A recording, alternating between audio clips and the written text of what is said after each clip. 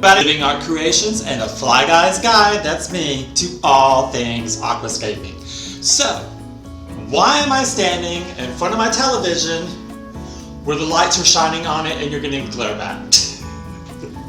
Okay, very simple reason, but before I say what the reason is, when you're doing your videos, make sure it's not in Wile E. Coyote speed like mine just was. I sat down to process the video and realized I had left it in the super fast speed. So trash that video, it's on the floor somewhere literally, and now this is round 2, high energy, yes.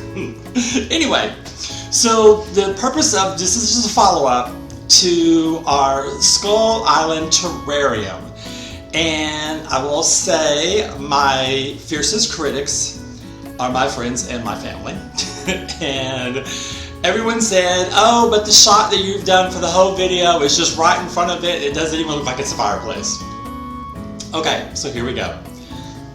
This is my fireplace, and this is our epic build right here. We are trying to put in a terrarium inside of a firebox. Now, a lot of you may say, okay, well, but you won't be able to have a fire in there ever again. That's fine. I never even use a fireplace. It's messy, they smell, it gets smoke everywhere. Ugh, it's a nightmare. They're pretty to look at. I mean, not really this one. This one's from the early 1980s, and the best I could do was put a mantle on it and lower the firebox. The firebox was up to like around right here. So there never even was a mantle here. There never even was a television here because there was no outlets on this wall.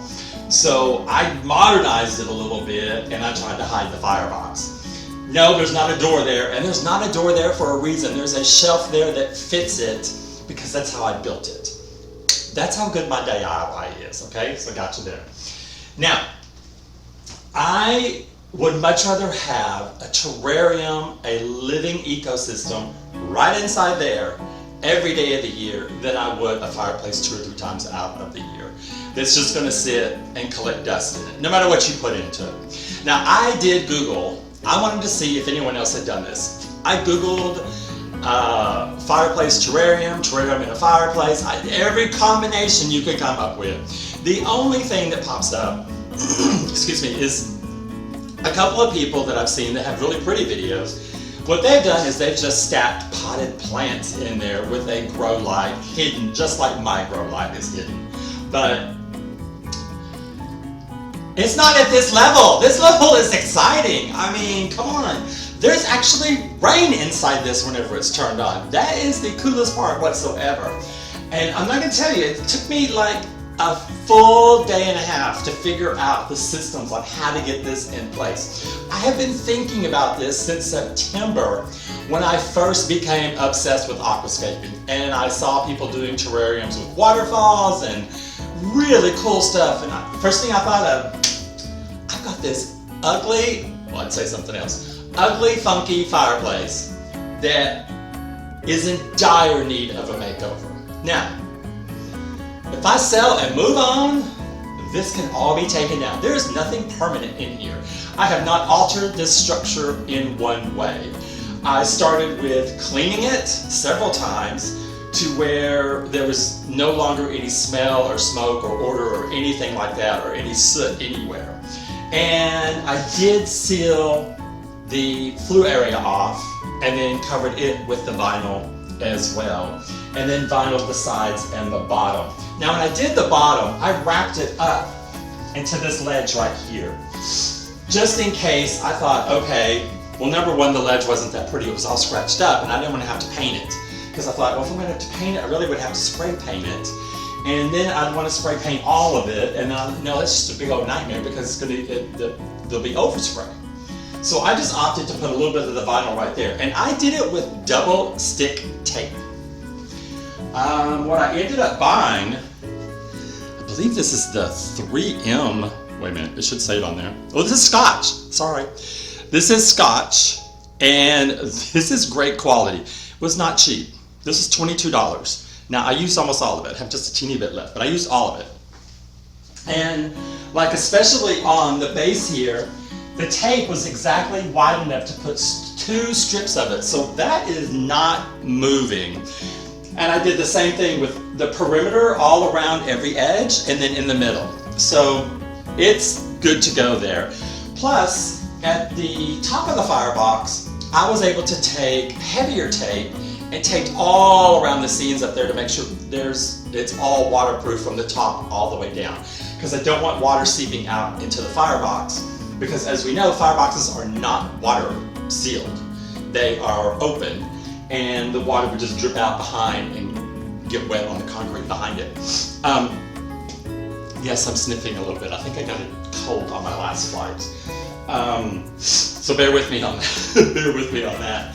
Also, the only thing that I have purchased, this is where the channel bones come into play, is that we are doing DIY and we're doing it inexpensively because we don't have the budget for the big, nice, awesome builds that you'll see on lots of channels.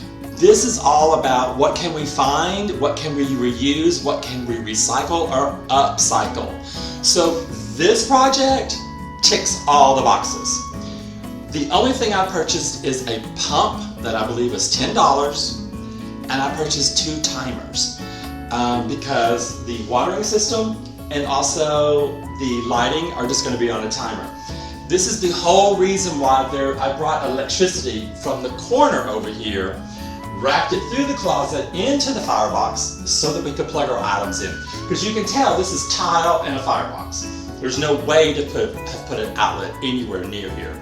Now, originally, I thought I was going to be able to use the gas pipe knockout, which has not been knocked out, but I saw that there's one on both sides, which is, you know, standard for a firebox.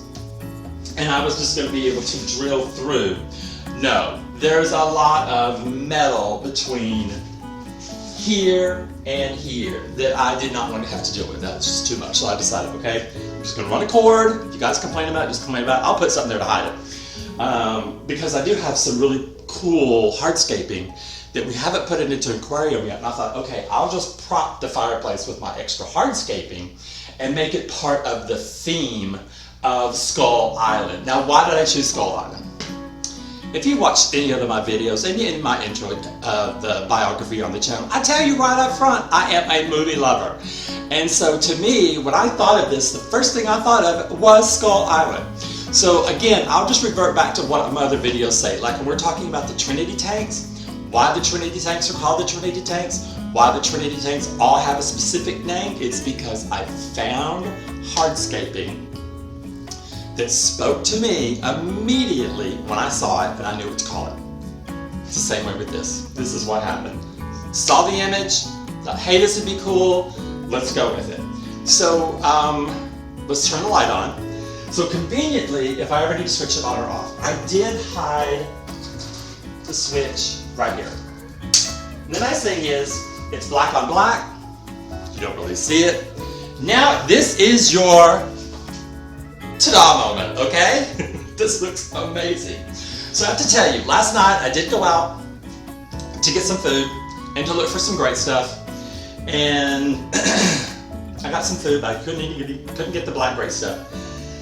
All the lights are off except this. I had left this on because the moss hadn't had its full day of lighting that it's used to. It's used to 12 hours now. And that's what's got it to grow to this level. And when I came in, no lie, enchanting. This makes the room. Now, I don't want the room to get jealous. The studio build is beautiful over here that you can't see that I keep pointing to. The studio build is beautiful. I'm so proud of it because that's all me. But this one little thing has turned such a dead space automatically in one day. It's gorgeous. At night it is amazing. I cannot wait to see, even if it didn't even have the water feature in it, what this would look like with just having some plants in there. I think it's gonna be incredible. My big fear is I'm not gonna be able to find a way to close the front of it off because I know it needs to be closed off. That's the thing we're gonna leave till last, so I know that's gonna be an issue. But The hardscaping, that's something I found in a rubble pile inside of a park. What I loved about this is, and I knew immediately that this was going to be the part of Skull Island. I was just hoping I would have enough of it because I found every little piece they had. It's so bulky. And I thought, it needs to be bulky because this is what's holding King Kong back. This is his wall of fortress that the islanders have made for him. And so it needs to be substantial. It can't be flimsy. You know, I can't just put like bark and glue it to the back of it like I've seen, you know, other terrariums where they just put bark up there and then like shave it down or whatever. Or not bark, I'm sorry, corkboard. A lot of people put corkboard. I can't do that. This has to have something like this. So I do have some vacant spots, but I have some pieces of moss growing on deteriorating wood, and I'm hoping to be able to put in those places so that it further enhances the living quality and the age quality of the structure that they've built to hold Kong back in there. Now, am I going to put a little baby Kong inside there? No, that would be silly. It's not, we're not a theme park here. But we're going to do a tasteful recreation of Skull Island. So I hope that answers any questions. I did have one other thing that I'm going to modify. Originally, I have the pump, and the pump is still sitting inside here in the corner. And I've decided, with as little dripping that's happening with the rain flow, I'm going to take the pump, move it into the firebox, put it in a vessel, and I'm going to treat the water with the API fertilizer, liquid fertilizer. That way the plants will get fertilized and the moss will also get fertilized wherever it's dripping down onto. And I decided that would be easier for me than trying to do any type of maintenance inside here once I get it all planted. And then I don't have to have a minimum threshold of water standing in here like I would if I needed the pump in here. Because as it was, the water would almost have to be up to the level of the metal lip here. And I didn't really want to do that. So if I do the drip, it'll be moist, but it's not going to be overkill, and I think that's going to be easier in the long run. I just need to find the kind of right cylinder that I can put inside of here to put the water in it, and then I'll run new tubing just into that'll connect to all the emitters that are inside there. So that's my first revision, which is really why there's a part 2 already. My first revision is going to be that. But I'm going to wait to do that until after I get the great stuff, because if I try to remove that pump now, I may end up breaking some of this wood because it's all very tentative. It's all been stuck on with just double-sided tape to get it to stay where I kind of want it to be. And then if I get some great stuff in there that'll start to really hold it, then I can safely pull the pump out and then we can go from there. But if I wanted to give you guys a quick shot at the materials that I've been using so that you'll have an idea this is legit all I've had to buy.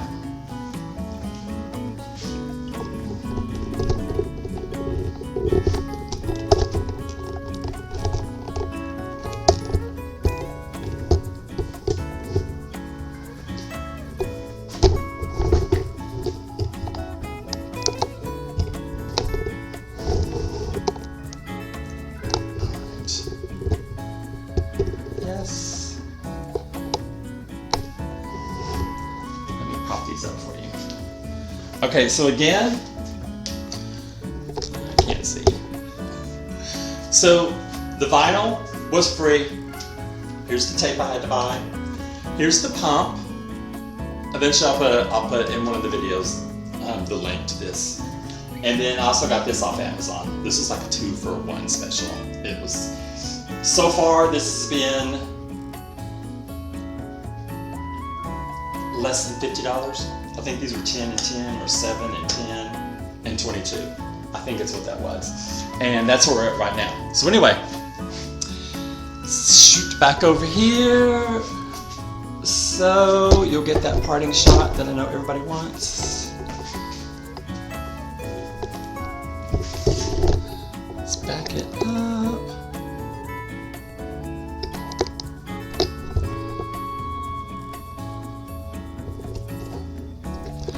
And now we have angle's wrong. The angle is a little wrong.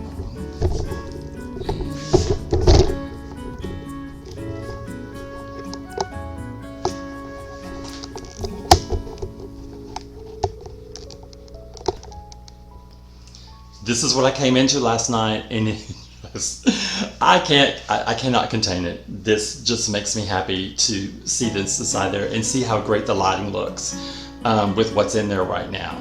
Oh, and as a FYI, these decaying pieces of wood here in my mountains, those have been in a growth chamber for since September. That's one of the first things I picked up and put moss on, and have just fertilized them like crazy to get the coverage I have. I was able to find some really good moss samples while it was still warm enough, and just put them in tubs, plastic tubs, so it's been under a very humid environment.